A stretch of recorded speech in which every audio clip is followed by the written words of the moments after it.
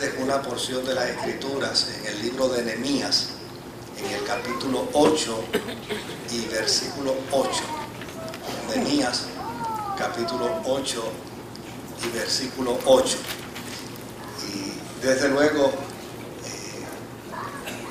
lo hacemos dando inicio al mes de septiembre como mes de las Escrituras, como mes de la Biblia.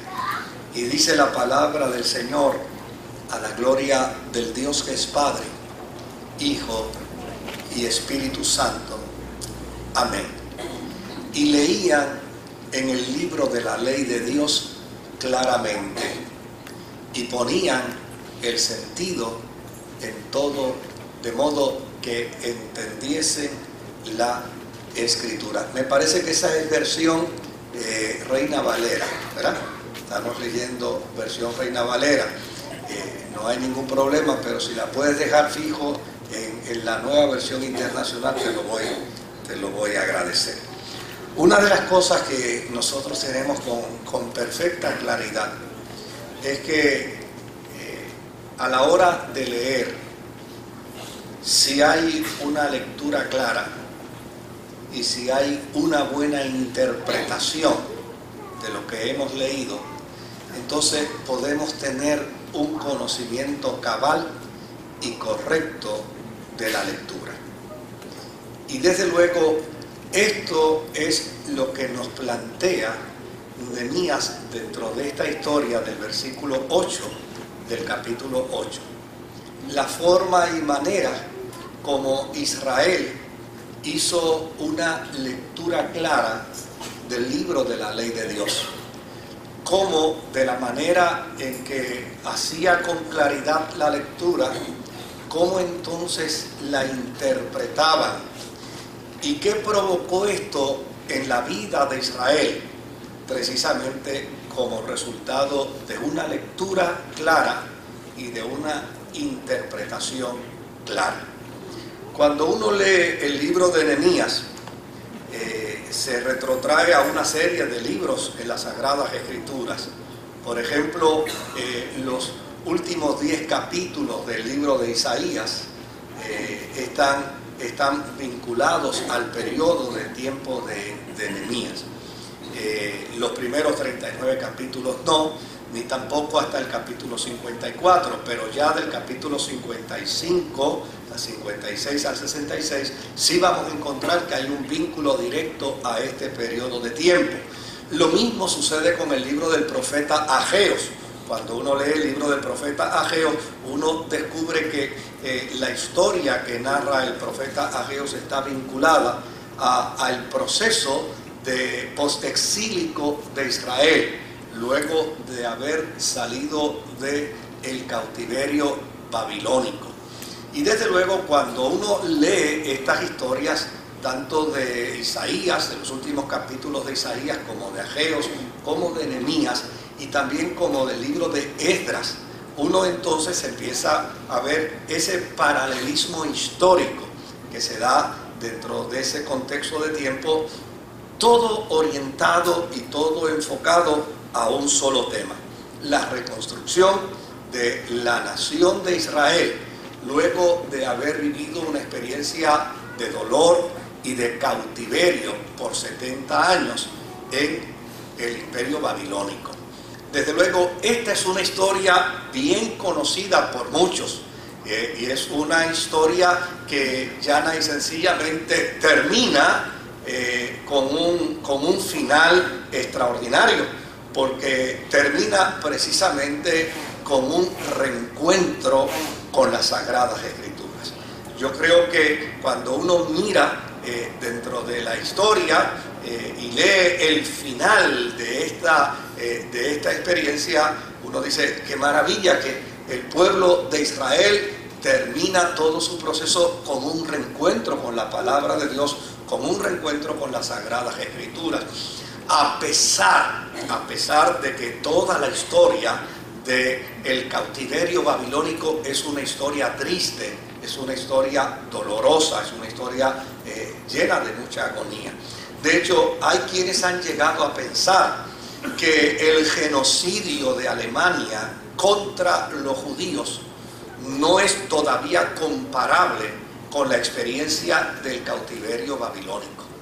Aun cuando se habla de que en la experiencia del genocidio babilónico de Hitler murieron más de 6 millones de judíos, todavía no compara ese genocidio con la experiencia de dolor y de agonía que vivió la nación de Israel en el cautiverio babilónico. Y usted se preguntará, ¿y por qué? Bueno, la primera razón es porque en el cautiverio babilónico Israel perdió su ciudad por completo.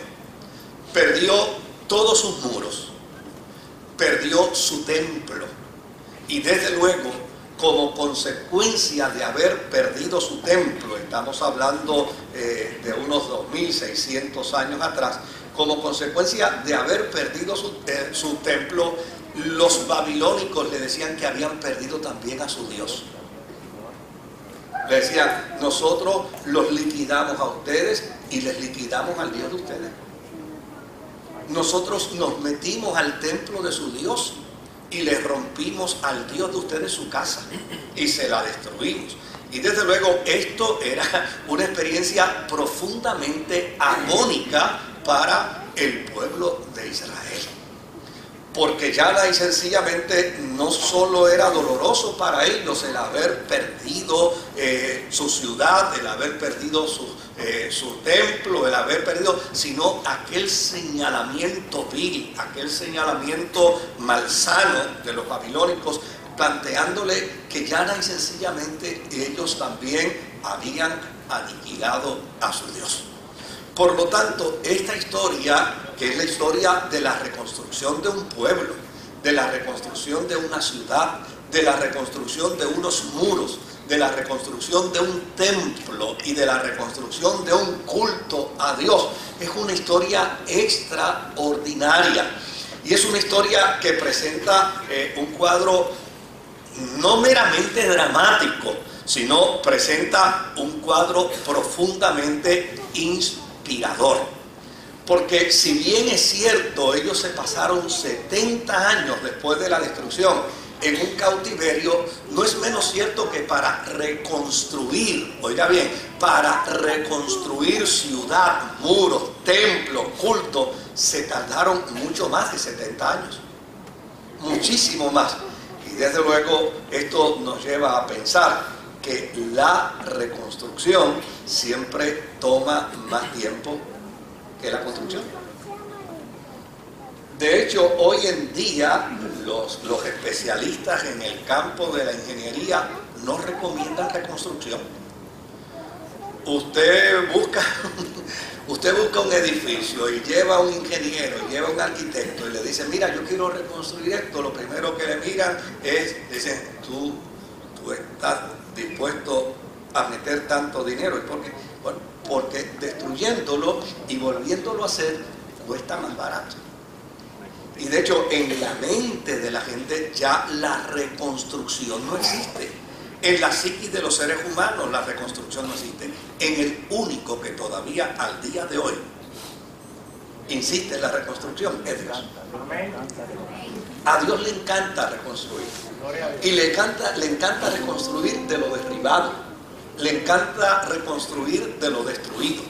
Le encanta reconstruir de lo hecho pedazos. No sé si usted ha tenido la oportunidad de leer el libro de Ageo, pero ese libro de Ageo es extraordinario cuando Dios le está diciendo a través del profeta Ageo a Israel, mira, reconstruyan el templo con lo que está destruido.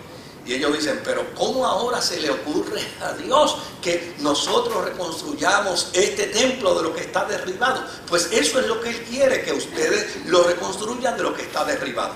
Pasado el tiempo, desde luego, usted podrá imaginar todo el esfuerzo de este pueblo reconstruyendo un templo de lo destruido. El profeta Ageo se acerca, le dice, ¿qué tal la obra? Y ellos se encogen de hombros. Porque a fin de cuentas, ¿qué obra puede quedar bonita? ¿Qué obra puede quedar buena? ¿Qué obra puede quedar esplendorosa si se reconstruye de lo que está destruido? Mas, sin embargo, el profeta levanta su voz profética, su oráculo profético, para entonces decirle: yo quiero que ustedes sepan que la gloria de este templo será mayor que la primera gloria, porque a través de este templo entrará el deseado de todas las naciones. Y desde luego lo que es extraordinario dentro del cumplimiento profético es que Jesús entró precisamente al templo que fue construido de lo derribado.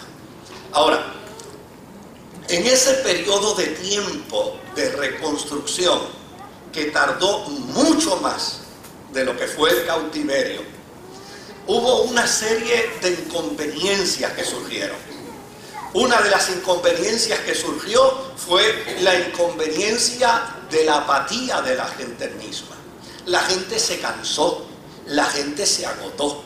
Israel vio el proyecto demasiado grande como para poderlo realizar.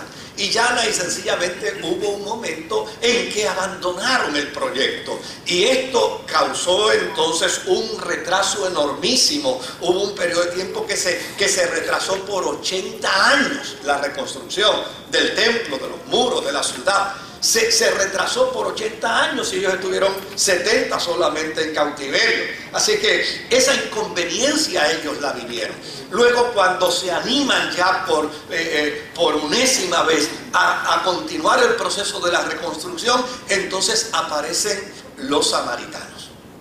Sanbalat, Tobías, Gesem, el árabe, y desde luego los samaritanos se ofrecieron como ayuda. Pero cuando los judíos despreciaron su ayuda, entonces se convirtieron en enemigos de la construcción y empezaron a hacerle la vida imposible. Es importante también señalar que este proceso de construcción tuvo personas y protagonistas muy particulares. Por ejemplo, es importante entender que Zorobabel fue precisamente la persona responsable a cargo de la construcción del templo. Y esto es justo porque muchas veces cuando hablamos de la reconstrucción posexílica, generalmente le damos todos los méritos a Nehemías. Y Nehemías no tiene todos los méritos de la reconstrucción. Hubo gente que trabajó también. Y en este caso, Zorobabel fue la persona que estuvo a cargo de la construcción o de la reconstrucción del templo. Nehemías estuvo a cargo de la reconstrucción de los muros y de la ciudad. De hecho, Nehemías logró reconstruir los muros de la ciudad en 56 días. Eso fue el tiempo que le tomó, pero fue en turnos de trabajo de 24 horas y solamente dejaban de trabajar para observar el sábado. Pero aparte de eso, trabajaban 24 horas diarias en la reconstrucción de los muros. Y desde luego, posteriormente, Esdras, que era el sacerdote y era el maestro de la ley, fue el que tuvo entonces en su mano la responsabilidad de instaurar el culto a Yahvé, que se había perdido, que se había eliminado. Desde luego, cuando uno lee la historia, uno descubre que Nehemías y Esdras, una vez reconstruyen la ciudad, entonces se ponen de acuerdo. Se ponen de acuerdo para trabajar la reconstrucción del culto y de provocar lo que es importante provocar en una experiencia cúltica. Porque una experiencia cúltica, muy distinta a cualquier otra reunión, tiene unas intenciones totalmente distintas y totalmente diferentes. En una reunión cúltica nosotros no nos podemos reunir solamente para reír, porque si nos reunimos para reír, entonces será simplemente un elemento puramente de espectáculo.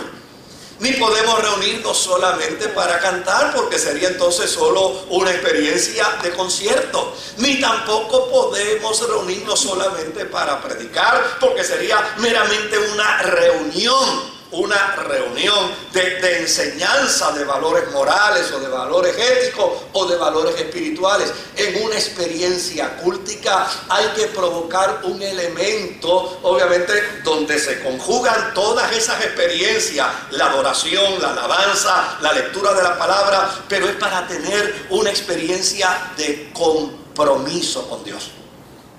El culto lo que procura es vincular el alma con Dios.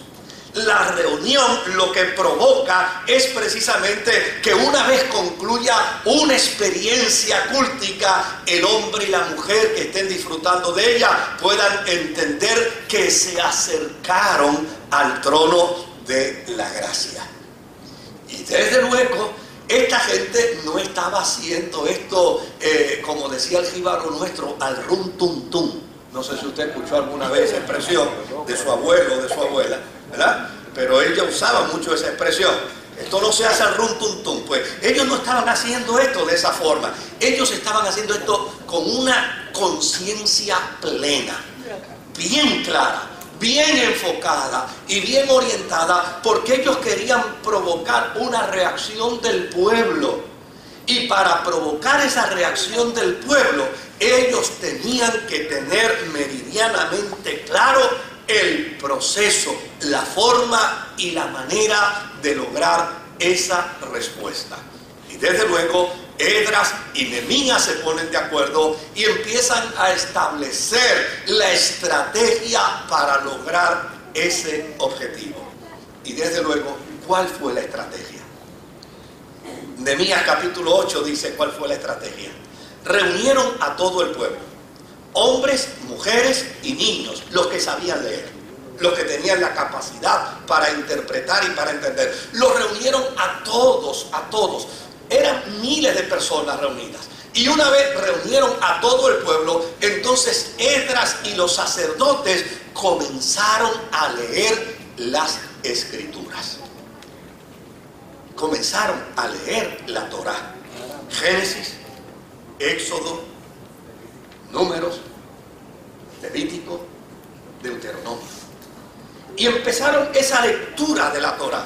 Y desde luego, yo no sé cuántos de ustedes han hecho la lectura de la Torá, pero hay cosas en el Pentateuco que son interesantes leerlas, pero hay otras cosas que son bien zorrosas. ¿Por qué no decir la verdad? Cuando usted cae en esa cosa de la genealogía, que si fulano engendró a sultano, que si sultano engendró a Perencejo, que si Perencejo engendró a sultano, oiga, uno le pasa por encima eso. ¿Verdad? Uno dice, pero ¿qué es esto, muchachos? Olvídate de eso. Uno dice, leí el Pentateuco en 3 horas, porque se economiza toda esa lectura de genealogía, ¿verdad que sí? Ahora, fíjese qué interesante, en esta ocasión, Esdras y Nehemías entendían que debían leer la Torá en su totalidad, por una sencilla razón, porque el poder de la palabra no está en las letras. La Biblia no es mágica. El poder de la palabra no está en las letras. El poder de la palabra está en el conocimiento que Dios tiene de nuestra necesidad. La fuerza de las escrituras. Mire, y esto yo obviamente uno lo dice con humildad y con sencillez, no con ninguna otra pretensión. Pero Dios pues me ha dado la oportunidad de poder tener buenos profesores de estudios bíblicos, de tener buenos profesores seminaristas. Y esta gente, pues, con unas capacidades extraordinarias, dan una serie de herramientas maravillosas. Y uno puede leer un texto bíblico y puede conocer quién lo escribió, cuándo lo escribió, por qué lo escribió, qué circunstancias había para que se escribiera. Y uno puede conocer todos esos datos, pero a fin de cuentas, el poder de la palabra no está sostenido en esos datos. De hecho, ¿cuántas veces no hemos leído la Escritura conociendo todos los datos del contexto histórico de ese pasaje bíblico? porque queremos compartirlo en un estudio bíblico, porque queremos compartirlo en una información de una clase, porque queremos compartirlo a un grupo de personas. Pero el poder de la palabra no está en las letras. El poder de la palabra está en la respuesta de Dios a nuestra necesidad. Y la Biblia es la palabra de Dios que responde a nuestra necesidad. Gloria a Dios. ¿Y cuántas veces no hemos leído un texto bíblico? No sé si a usted le ha pasado, pero yo he leído un texto bíblico hoy y unos meses después he vuelto nuevamente a tropezarme con el texto y he descubierto una mina de oro que empieza a hablarme del plan y del propósito de Dios para mi vida. Que digo, pero ¿y dónde estaba eso escondido? Yo nunca lo había visto. ¿Por qué? Porque el poder de la palabra no está en la letra. El poder de la palabra está en la acción de Dios respondiendo a nuestra necesidad. Y ellos comenzaron a leer. Y una vez estaban leyendo toda la Torá, esto provocó una fuerte emoción de tristeza y de alegría que embargó a todo el pueblo mientras escuchaban a Esdras y a los sacerdotes leerle las Sagradas Escrituras. Y usted dirá, ¿tristeza? Sí, tristeza. ¿Alegría? Sí, alegría. La intención del texto es revelar que la palabra de Dios también actúa e interactúa en nuestras emociones. Que la palabra de Dios también trabaja con nuestra realidad existencial. Que la palabra de Dios produce gozo, produce alegría. Que la palabra de Dios produce sentido de seguridad, produce sentido de confianza. Pero la palabra de Dios también nos confronta con nuestros errores, también nos confronta con nuestros desatinos, también nos confronta con aquellas cosas que nosotros como humanos podemos realizar y no están conformes al propósito y a la voluntad de Dios. Mire qué interesante. Cuando ellos escuchaban toda la lectura de la Torá, la tristeza vino a ellos porque descubrieron cuántas cosas Dios decía que ellos habían dejado de hacer. A través del profeta Isaías nosotros descubrimos que el profeta Isaías les hablaba a Israel antes del cautiverio y les decía, ustedes tienen que ser íntegros con Dios. Y ellos habían dejado de ser íntegros con Dios. El profeta Isaías les decía, ustedes no pueden abusar del pobre. Y ellos habían dejado de socorrer al pobre. El profeta Isaías les dijo, ustedes están abusando del jornalero. Y ellos seguían abusando del jornalero. Es decir, la palabra de Dios les advirtió y les advirtió y les advirtió. Pero ellos hicieron caso omiso a la advertencia de las Sagradas Escrituras. Y como consecuencia de andar de espalda a la palabra de Dios, fueron a parar al cautiverio. Ahora, escuchando la Escritura, empiezan a decir, ay, si yo le hubiera hecho caso a Dios, si yo le hubiera hecho caso a la Escritura, si yo le hubiera hecho caso a la palabra, si yo le hubiera hecho caso al testimonio de Dios en la Biblia, nada de las cosas que sufrí las hubiera sufrido. Por lo tanto, no es una tristeza que les embarga para avergonzarlos. No es una tristeza que les embarga para confrontarlos y hacerlos sentir miserables, sino es una tristeza que los lleva a una verdadera introspección. Es mejor obedecer a la palabra de Dios antes que ir en contra de ella.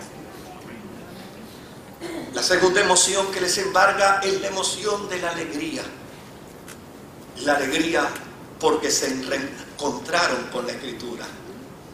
Y al reencontrarse con la Escritura, entendieron que Dios les daba una nueva oportunidad.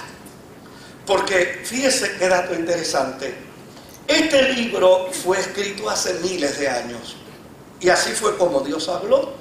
Y así fue como Dios dijo, así fue como Dios estableció, así fue como Dios pactó.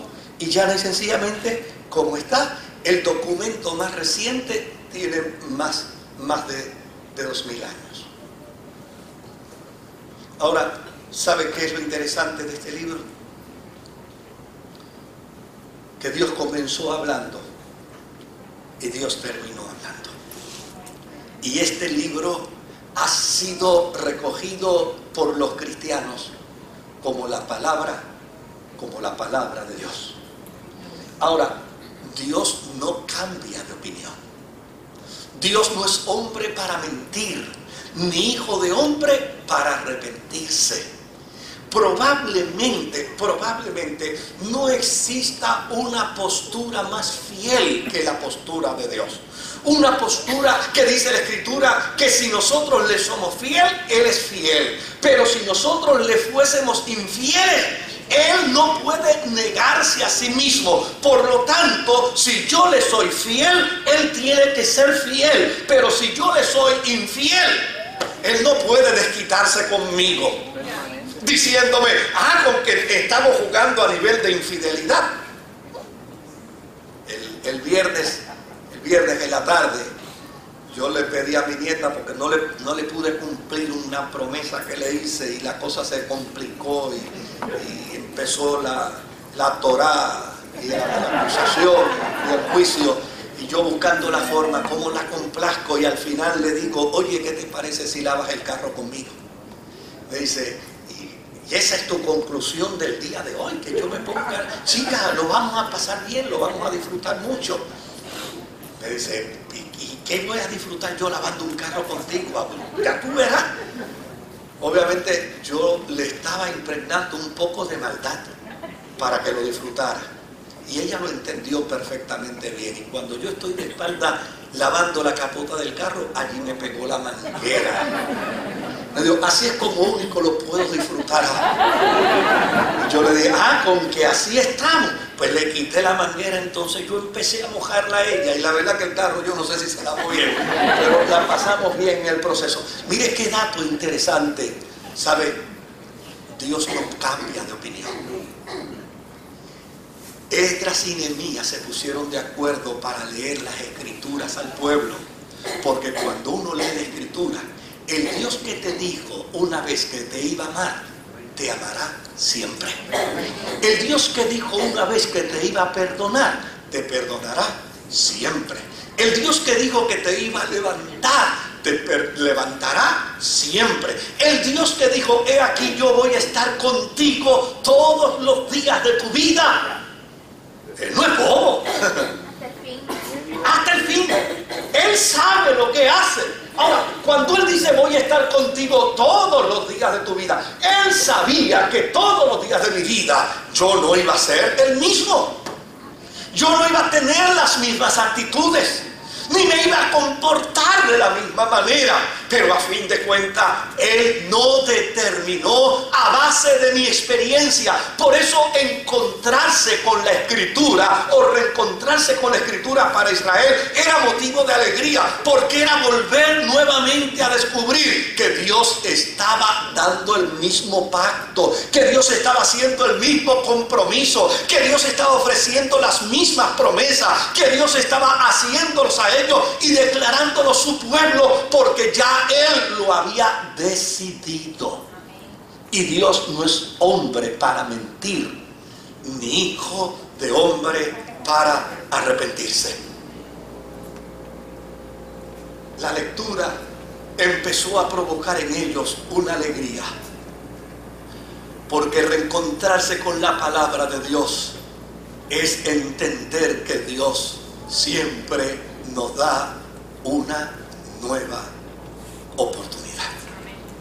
Ahora, para poder comprender esa acción, fíjese la determinación que tuvieron. Lo primero que decidieron fue, hay que leerle las Escrituras con claridad. Porque la Biblia no necesita intérpretes. La Biblia se interpreta a sí misma. Y lo mejor es leer la Biblia con claridad. Donde dice Diego, no se puede leer Diego. Donde dice Diego, no se puede leer Diego. hay que leerla con claridad, porque precisamente a través de la claridad de las Sagradas Escrituras es que podemos entonces garantizarnos la eternidad con Dios. Porque el objetivo de la Escritura, dijo Jesús, escudriñad las Escrituras, porque a vosotros os parece que en ella está ¿qué? La vida eterna, pero ellas son las que dan testimonio de mí. Es a través de la Escritura que conocemos mejor a Jesucristo. Y es a través de la Escritura que cuando conocemos a Jesucristo descubrimos el puente que nos conduce a Dios. Y para ello hay que leerla con claridad. Mire, yo tuve hace unos años atrás una conversación con una persona y llegamos a un tema que obviamente ellos se sorprendieron con mi posición y me dijeron: nosotros pensábamos que tú eras de una mente más abierta. Y yo, obviamente, yo creo que ustedes me permiten decir las cosas como las puede decir el jíbaro, ¿verdad? Uno puede tener una mente abierta, pero no la puede tener espatarrada. ¿Se acuerdan de esa expresión del jíbaro? No, ustedes no me pidan que yo asuma una postura donde una mente abierta ya no está cualificada dentro de esa postura. ¿Y cuál era la discusión que teníamos? Pues la discusión que teníamos era que en el planteamiento de ellos decían que todos los caminos conducen a Dios. Y mi posición era simple y sencilla. Yo le decía: mira, Dios es soberano, y a la larga, si Dios decide salvar al mundo, Él es soberano para tomar esa decisión. Pero a mí no me dio la asignación de decir eso. A mí me dio la asignación de decir que solo la gente se salva a través de la única puerta, se llama Jesucristo. O sea, no hay otra forma de poderlo plantear. Pero chicos, no, esto es tan sencillo y es tan claro como leerlo de la Escritura. Él dijo: yo soy el camino, yo soy la verdad, yo soy la vida. Y no dijo algunos, sino que dijo: nadie va al Padre si no es a través de mí. La lectura con claridad de las Sagradas Escrituras es la que nos puede poner a nosotros en la posición correcta para nuestra eternidad con Dios. Leer la Escritura con perfecta claridad. ¿Qué dice la palabra de Dios en cada uno de los roles que yo desempeño? Porque cada uno de nosotros, por lo general, desempeñamos más de un rol. Cada uno de nosotros desempeña más de una función. ¿Qué dice la palabra de Dios en cada uno de los roles que desempeñamos? ¿Cómo debemos conducirnos? ¿Cómo debemos actuar? ¿Cómo debemos decidir? ¿Qué cosas debemos hacer? ¿Y qué cosas no debemos hacer? Pues llana y sencillamente, cuando nosotros leemos la Escritura y la leemos con claridad, ¿sabe algo, querido? Nosotros vivimos dentro del marco de una sociedad que se denomina o se autodenomina cristiana. De hecho, nos llenamos de orgullo en decir que la Constitución nuestra está sostenida precisamente en la fe cristiana. Pero necesitamos leer las Escrituras con claridad para darnos cuenta que andamos en direcciones opuestas. Fíjese que la lectura con claridad de aquel día hizo que Israel llorara y riera. ¿Por qué razón? Porque cuando ellos empezaron a leer la Escritura con claridad, la Escritura empezó a decirle la verdad de Dios para que ellos respondieran al propósito divino. Número 2, la interpretaban con precisión. ¿Por qué es importante interpretar las Escrituras con precisión? Porque llana y sencillamente nosotros no podemos darnos el lujo de interpretar a Dios y de decirle a Dios qué es lo que Él tiene que hacer para con nuestras vidas. Nosotros los latinoamericanos tenemos una costumbre bastante errática. Yo la tengo. A lo mejor debía haber dicho yo solo, y ustedes no. Pero yo le aseguro que los codazos van a surgir ahora. Yo compro cualquier enser que hay que montarlo, y entre las cosas que voto, automáticamente es el plano. Cualquier parecido al que está al lado suyo es pura coincidencia. ¿Y por qué voto el plano? Porque creo que lo puedo hacer. De hecho, yo he hecho un análisis, un análisis de estos que recomendaba Freud, ¿verdad? Y he llegado a una conclusión, y es que yo quiero probarle a mis hermanos que yo soy diestro con las manos, que yo tengo capacidad también para... Pero a la larga me estrello. Siempre que compro algo y hay que montarlo, digo, manual, echa el manual por lado, lo echo al zafacón y empiezo a construir. Pues ¿sabe qué termina el proceso? Me sobran piezas, me faltan piezas, por lo general me sobran tornillos, me sobran tuercas, me sobran alanderas. ¿Y sabe dónde termino? En el zafacón, buscando el manual. Interpretar con claridad las escrituras nos presenta precisamente el mapa de Dios, que nos dice con perfecta claridad: no admito pretensiones de interpretación egocéntricas humanas. Llana y sencillamente, estas son mis reglas. Esta es mi manera de proceder. Esta es mi manera de actuar. Y ante la ley de Dios, el salmista dice: la ley de Jehová es perfecta, que convierte el alma. ¿Sabe lo que quiere decir que convierte? Que lo transforma, que lo cambia, que lo hace distinto, que lo hace diferente. Cuando nosotros leemos la palabra de Dios con claridad y ponemos el sentido para interpretar de ella lo que es verdadero, lo que es auténtico, entonces logramos adquirir un conocimiento cabal para nuestra vida. Y cuando tenemos un conocimiento cabal para nuestra vida, entonces podemos decir como el salmista: el hacer tu voluntad es lo que más me satisface.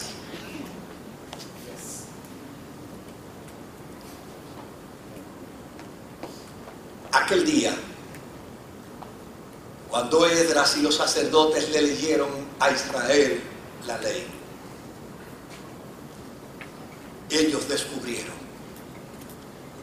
sus errores, descubrieron sus faltas, descubrieron sus desatinos, pero descubrieron también a un Dios, al Dios de las 1001 oportunidades.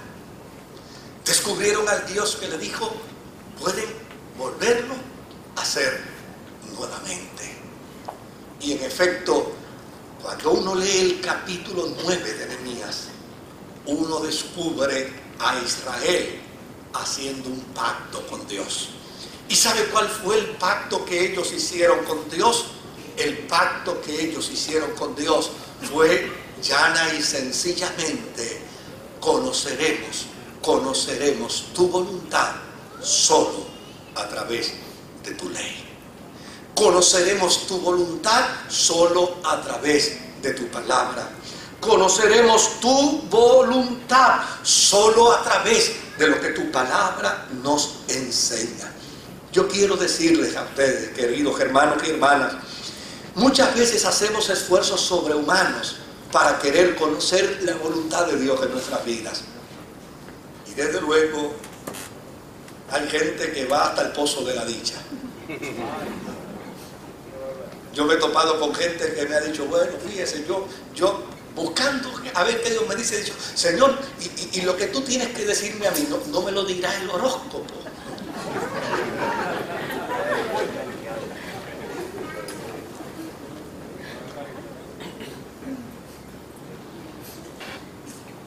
Si tú quieres conocer el propósito y la voluntad de Dios en ti,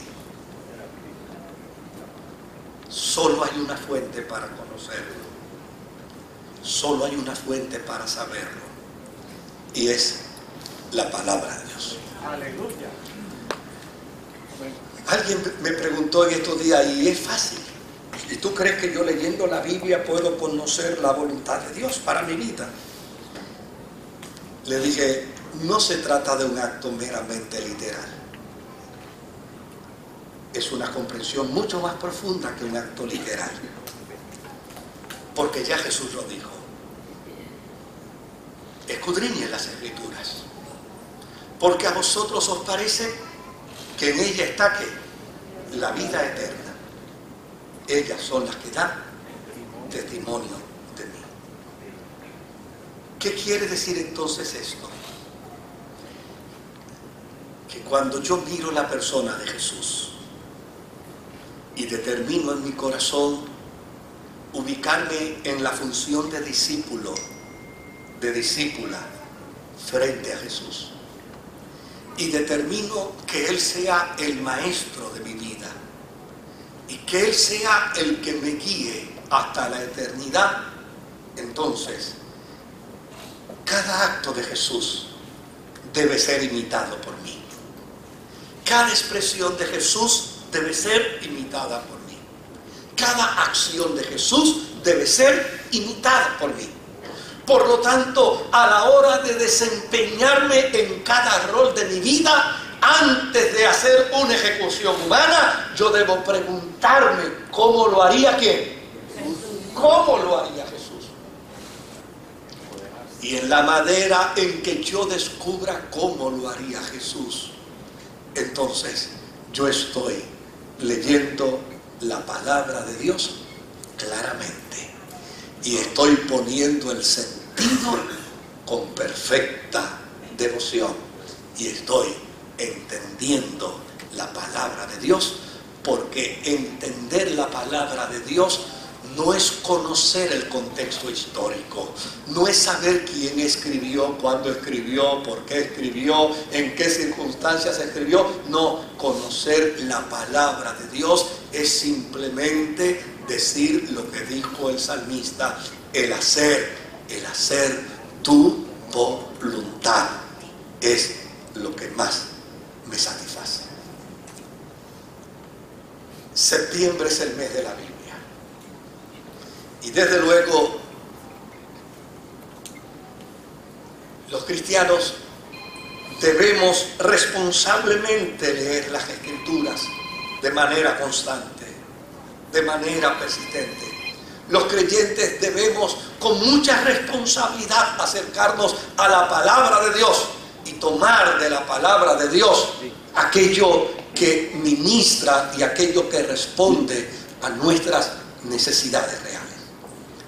Pero hay algo que debemos entender con perfecta claridad. Si solo hacemos una campaña en el mes de septiembre para la Escritura y nos olvidamos de ella a la vuelta de todo el año, podemos correr el mismo riesgo que corrió Israel por darle la espalda a la palabra de Dios. Así es que hagamos de la palabra de Dios lo que hemos denominado como cristianos. La Biblia es nuestra regla infalible de fe. ¿Qué quiere decir nuestra regla infalible de fe? La Biblia es el documento de Dios que nos dice cómo bien podemos funcionar en cada uno de los roles que desempeñamos en nuestra vida. Que el Señor nos los bendiga. Amén.